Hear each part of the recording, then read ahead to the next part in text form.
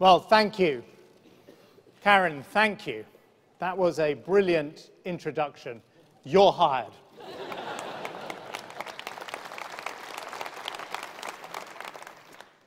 Now, at every party conference since the election, as we have gathered, the question for us, the question for me, the question for our country has been, is your economic plan working? They're not asking that question now. The deficit down by a third, exports doubled to China, taxpayers' money back from the banks, not going in, 1.4 million new jobs created by businesses, 1,000 new jobs announced in this city today. Our plan is working.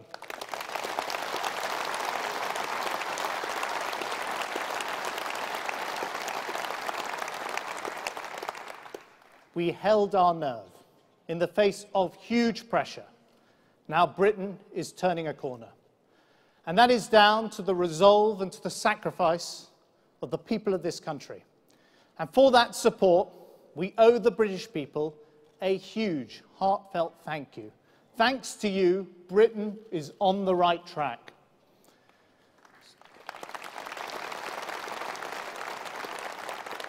So now, families working hard to get on, anxious about the future, are asking these questions. Can we make the recovery last? And will I feel it in my pocket? And my approach has always been to be straight with people. So let me answer these questions directly.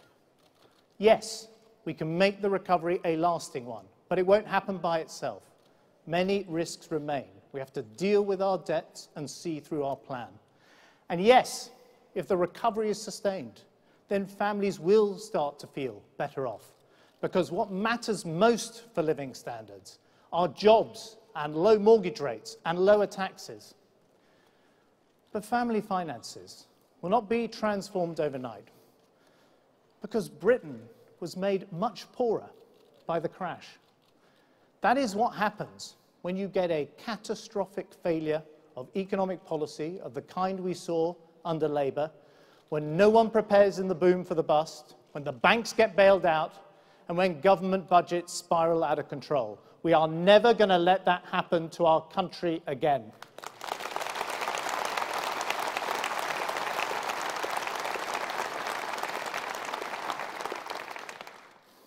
I share none of the pessimism I saw from the leader of the opposition last week. For him, the global free market equates to a race to the bottom, with the gains being shared among a smaller and smaller group of people. That is essentially the argument Karl Marx made in Das Kapital, and it is what socialists have always believed. But the irony is this: it is socialism that always brings it about, and it's the historic work of this party to put that right.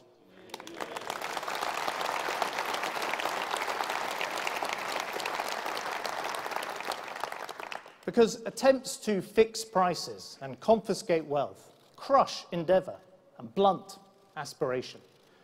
And the people who suffer are not the rich, but the hundreds of thousands of people put out of work, the millions made poorer, the generation whose hopes are blighted. It is working people who always pay the price when the economy is ruined. That is what Labour did to the workers, and the British people are never going to let them forget it.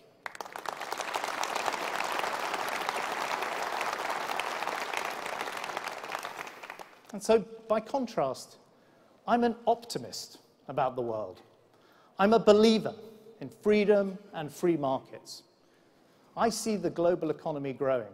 I see hundreds of millions of people in places like India and China leaving grinding poverty to join it.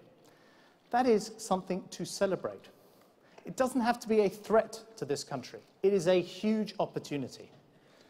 But we have to understand that the wealth of nations depends on some basic truths. Jobs are only created when people build businesses that are successful and can expand. Exports only happen if those businesses are making things that others in the world want to buy. Investment only flows if your country is a more attractive place to do business than other countries. And the wealth this creates can be spread widely across the nation, but only when every child gets a good education, when each adult has the incentive to work, and every family gets to keep more of what they earn. Now, to achieve all these things, you need to get the fundamentals right. Economic stability, sound public finances, safe banks, excellent schools and colleges, competitive taxes, amazing science, welfare that works. There's no shortcut to any of these things, just the hard graft of putting right what went so badly wrong and forging a new attitude in this country that says we are not afraid of the future because we intend to shape it.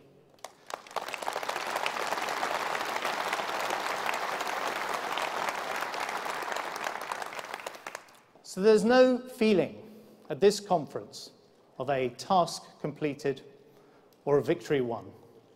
We know it's not over until we fix the addiction to debt that got this country into this mess in the first place. It's not over. Until we can help hard-working people to own a home, to save, to start a business, it's not over. Until we've helped the long-term unemployed, condemned to a life on the dole, it's not over. Until there is real faith that our children's lives will be better than our own, it is not over. The battle to turn Britain around, it is not even close to being over, and we are going to finish what we have started.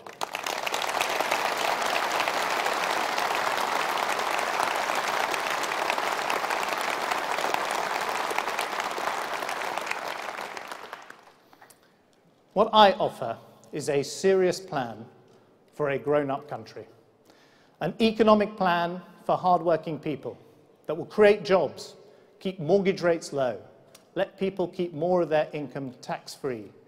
It is the only route to better living standards. For without a credible economic plan, you simply don't have a living standards plan. We understand that there can be no recovery for all if there is no recovery at all. And the events in Italy, the deadlock in Washington this week, these are a stark reminder that the debt crisis is not over. And yet, the last fortnight has shown there's no serious plan coming from any other party. The Liberal Democrats at their conference were jostling for position. And I have to tell you today that Nick Clegg has informed us of his intention to form a new coalition. For the first time, he's intending to create a full working relationship with Vince Cable. Now, mind you, at their conference, Vince Cable did do something that was undeniably Tory. If I'd been there, I wouldn't have turned up at the Lib Dem economic debate either. At least they had an economic debate. Labour's economic announcements amounted to declaring war on enterprise, a tax rise on business, and an apprenticeship policy that turned out to be illegal. And then there was the energy announcement that completely unravelled. Now, any politician would love to tell you that they can wave a magic wand and freeze your energy bill. Everyone wants cheaper energy. That's why we're legislating, to put everyone on the cheapest tariff. But I'll tell you what happens when you draw up policy on the back of a fag packet. Companies would just jack up their prices before the freeze, so in the short term, prices go up. And companies would not invest in this country and build the power stations we need, so in the long term, prices go up. So that's Labour's offer. Get hammered with high prices now, get hammered with high prices later, higher energy prices for all. Don't worry, there'll be a phony freeze on prices somewhere in between. How should I put it? Britain can do better than that.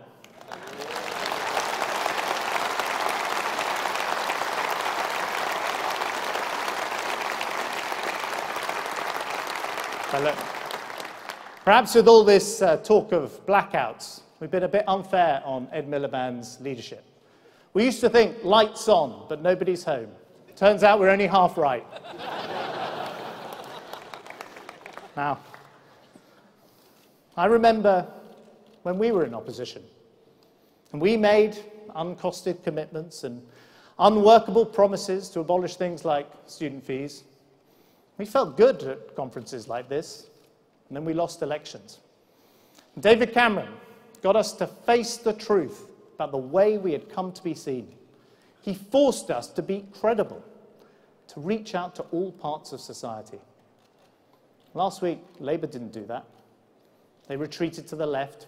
Ed Miliband told delegates that he could make all our problems disappear. He could send everyone a cheque in the post. But it isn't based on truth. More borrowing and more debt remains their economic policy. But they no longer dare talk to the British people about it. Instead, they'd much rather just talk about the cost of living, as if the cost of living was somehow detached from the performance of the economy. Well, you ask the citizens of Greece what happens to living standards when the economy fails. You ask someone with a mortgage what happens to their living standards when mortgage rates go up. Just a 1% rise means an extra £1,000 on the average mortgage bill. You ask the citizens of this country what would be an absolute disaster for living standards, and they'll tell you higher borrowing, higher welfare costs, higher taxes, meaning higher mortgage rates and higher unemployment. These aren't the solution to lower living standards, they are the cause of lower living standards.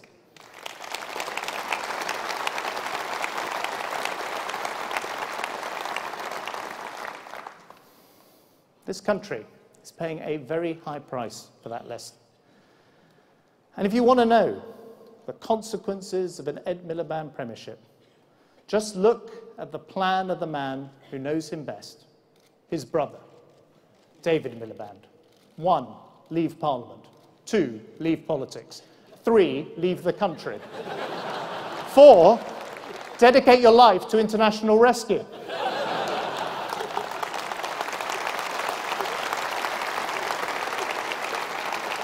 David and Ed Miliband, the greatest sibling rivalry since the Bible.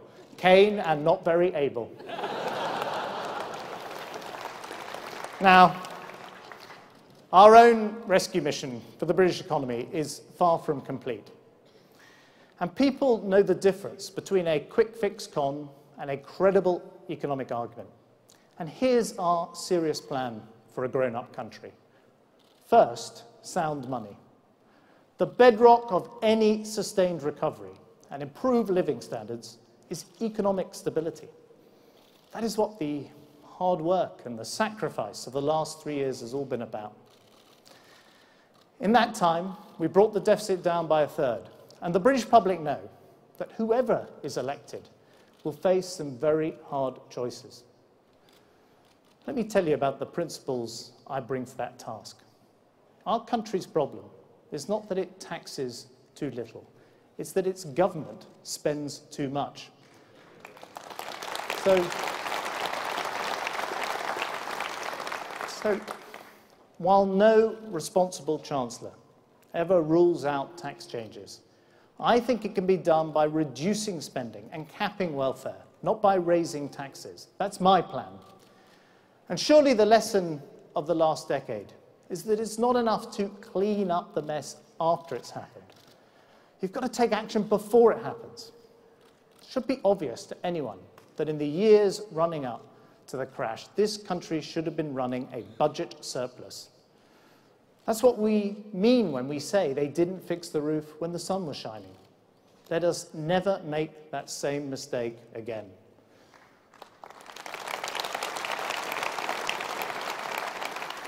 Never again should anyone doing my job be so foolish, so deluded, as to believe that they've abolished the age-old cycle of boom and bust. So I can tell you today that when we've dealt with Labour's deficit, we will have a surplus in good times as insurance against difficult times ahead.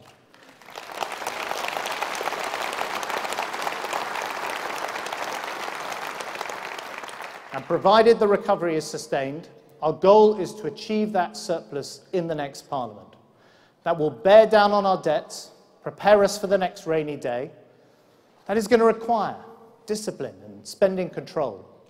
Because if we want to protect those things we care about, like generous pensions and decent healthcare, and buy the best equipment for the brave men and women who fight in our armed forces, all of us are going to have to confront the costs of modern government and cap working-age welfare bills.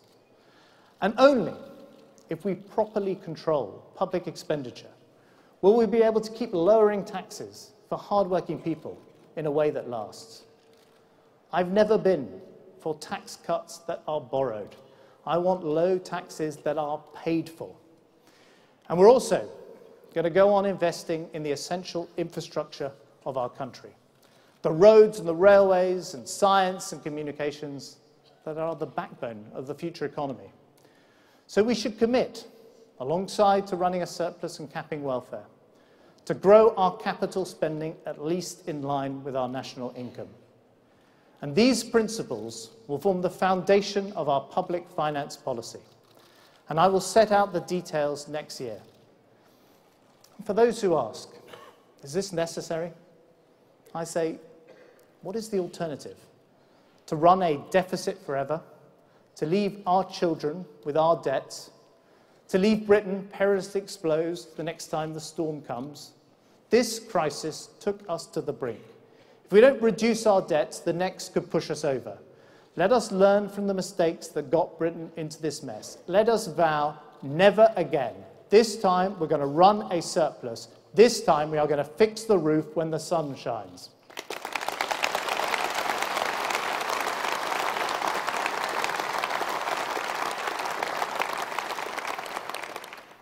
So first, our plan secures sound public finances.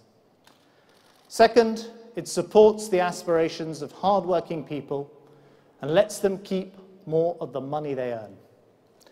We are increasing to £10,000, the amount you can earn before you pay a penny of income tax. That is a real achievement, delivered in budget after budget by a Conservative Chancellor of the Exchequer. Now, the Liberal Democrats like to point out that during the election, David Cameron said he'd love to increase the tax allowance, but warned it's not easy to afford. You know what? He did say that. And you know what? He was right. The difficult thing is not increasing the tax-free allowance. The difficult thing is paying for it. But we've done it. The result, an income tax cut for 25 million people, equivalent to a rise of almost 10% in the national minimum wage. Real money in people's pockets. For we are the party of hard-working people. And to anyone who questions that, I say go to the workplaces of Britain, like the huge Morrison's warehouse in Sittingbourne. Meet the forklift truck drivers there. Go to the Warburton factory near Birmingham. Meet the people who work all hours. Or meet the night crews repairing the M6. Hard-working people better off because of Conservative tax cuts. These are the people we stand alongside.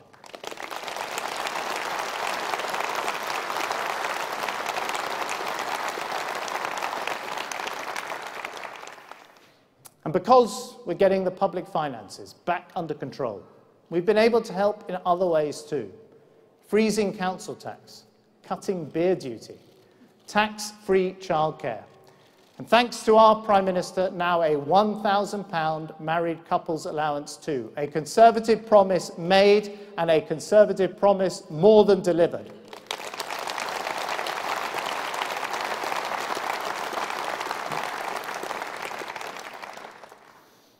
We've cut fuel duty, abolished Labour's fuel escalator. And I can tell you today that provided we can find the savings to pay for it, I want to freeze fuel duty for the rest of this Parliament. Conservatives don't just talk about being on the side of hard-working people. We show it day in, day out in the policies we deliver.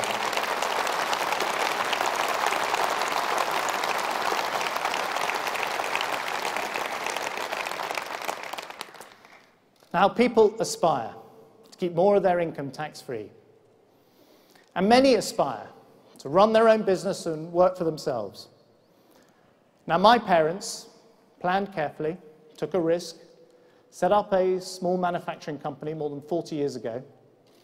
The company grew, they employed more people, and the life of the family business, the orders won, the first exports, the recessions and the recoveries, these were the backdrop of my childhood. I'm hugely proud of my parents, of what my parents achieved, and I'm proud that they're in this hall today.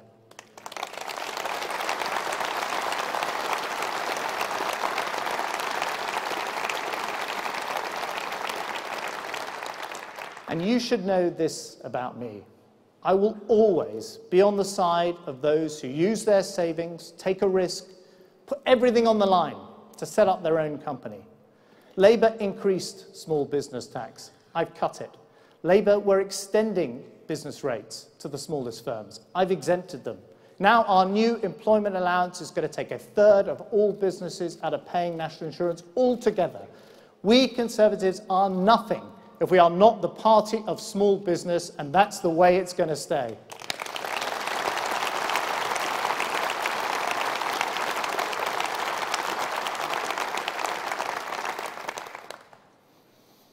And we're the party of home ownership too. I'm the first person to say we must be vigilant about avoiding the mistakes of the past. And that's why I gave to the Bank of England the powers to stop dangerous housing bubbles emerging. But too many people are still being denied the dream of owning their own home. So instead of starting the next phase of Help to Buy next year, we're starting it next week. And there are some people, many living in the richest parts of London, who say we shouldn't be doing these things. And I have this to say. Take your arguments down the road to Nelson or Colne, where house prices have fallen for the past 5 years. Take your arguments to Bury or Morecambe, where young working couples are still living at home with their parents. Take your arguments to our great towns and cities, where there are families who have saved for years, earning decent salaries, who can afford mortgage repayments, but can't possibly afford the deposit being asked by the banks these days. Take your arguments to those families and say, this policy is not right. You shouldn't be allowed to buy your home. And I'll tell you what they'll say back to you. It's all right for you. You've got your own home. We've been saving for years. What about us? And I know whose side this party is on.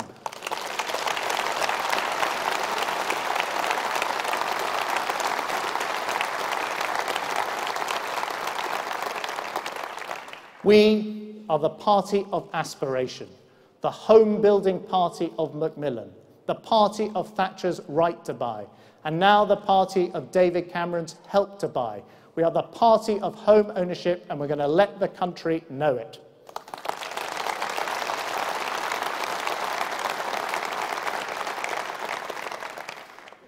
Now, we're also going to make sure that no one is left behind as our economy recovers. Our goal is nothing short of a recovery for all.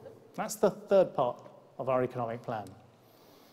Now, lectures from the left on fairness, quite frankly, stick in the throat. Under their government, the richest paid lower tax rates than their cleaners, tax avoidance boomed, inequality increased, youth unemployment doubled, the gap between the North and the South grew, and the number of households where no one worked reached record levels. Fair? That was the unfairest government of all.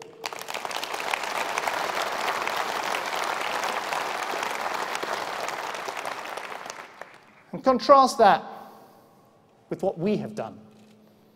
When I say we, I mean we Conservatives. I sit at that cabinet table, and I know who has really put forward the policies that are delivering a fairer society.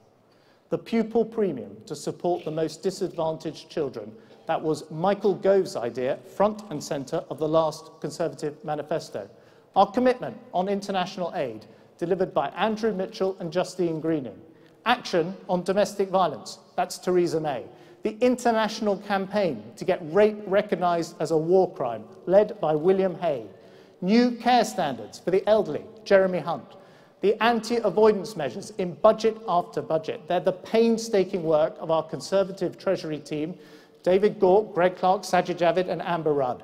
Powers to the cities, rights to gay people, the biggest ever rise in the state pension, all delivered by Conservatives in government. And the overhaul of our entire welfare system, making sure work always pays, that is Ian Duncan Smith's life's mission.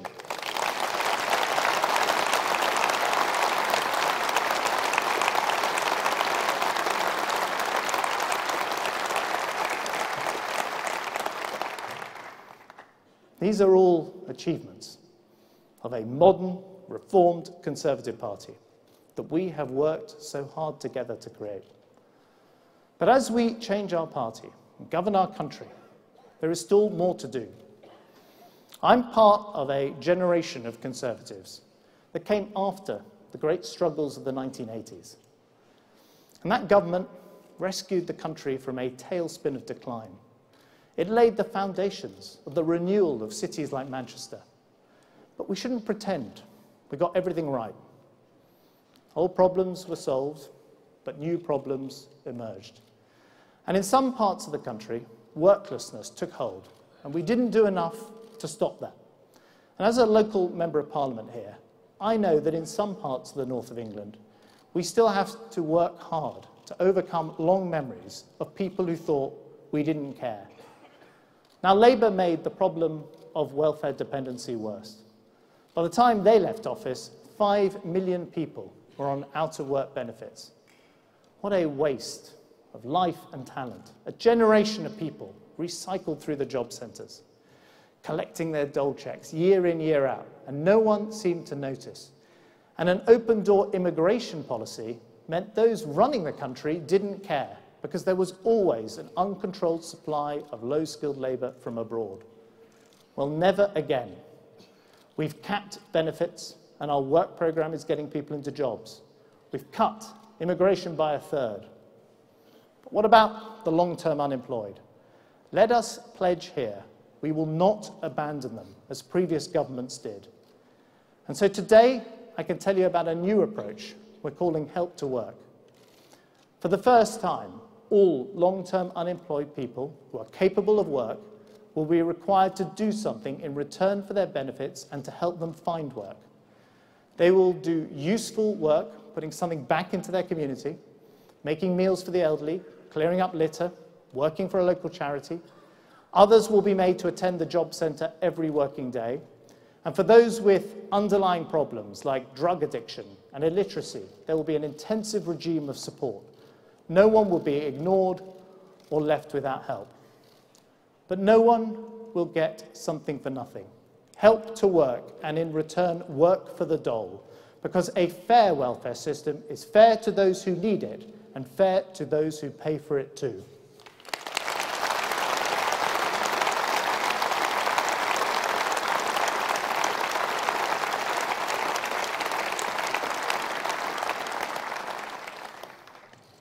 Our economic plan: sound finance, backing aspiration, no one left behind, investing in the future. At the end of next week, I'm traveling to China. And when you visit a metropolis like Guangzhou or Shenzhen, it's hard not to be awed by the scale of what is happening there, by the ambition and the drive.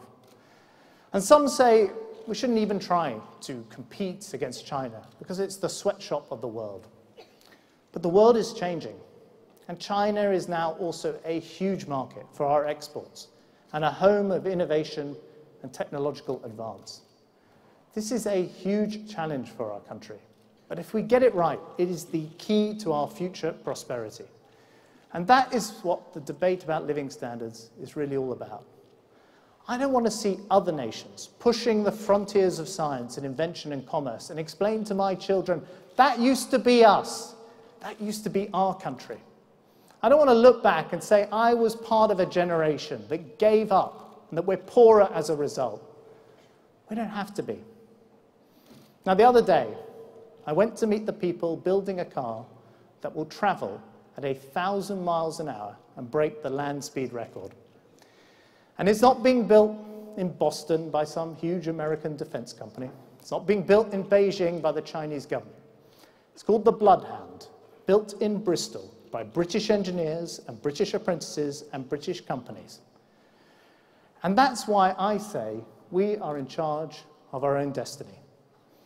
And here, in this great railway hall, can you imagine the nation of Isambard Kingdom Brunel being unable to summon the will to join the north and the south with a high-speed railway and bring jobs and prosperity to great cities like this? We will complete this great work of engineering in the best tradition of our country. And should we accept that this nation that mined deep for coal, took to the cold, stormy seas to search for oil, will turn its back on new sources of energy like shale gas? No, we absolutely should not. Should we, the country that built the first civil nuclear power station, say, we're never going to build any of those again? Leave it to others, not on my watch. Should we,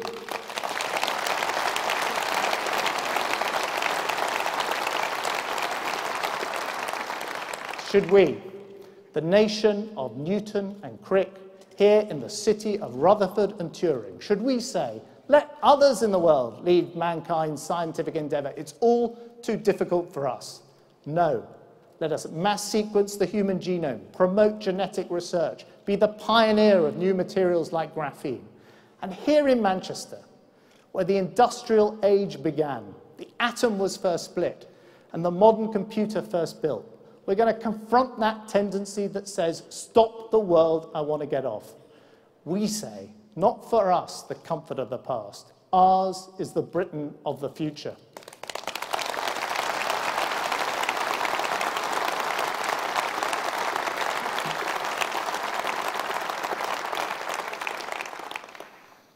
Now, earlier this year, the greatest of our peacetime prime ministers died.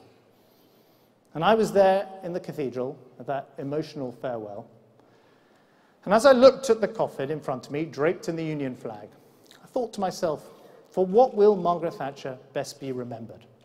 Her strength, her conviction, the simple fact she was the first woman prime minister. Yes, she'll be remembered for all of those things. But for me, what she really had was optimism. She refused to accept that Britain was in terminal decline. She believed Britain had a great future, that the British people could lead better and more prosperous lives, and so do we.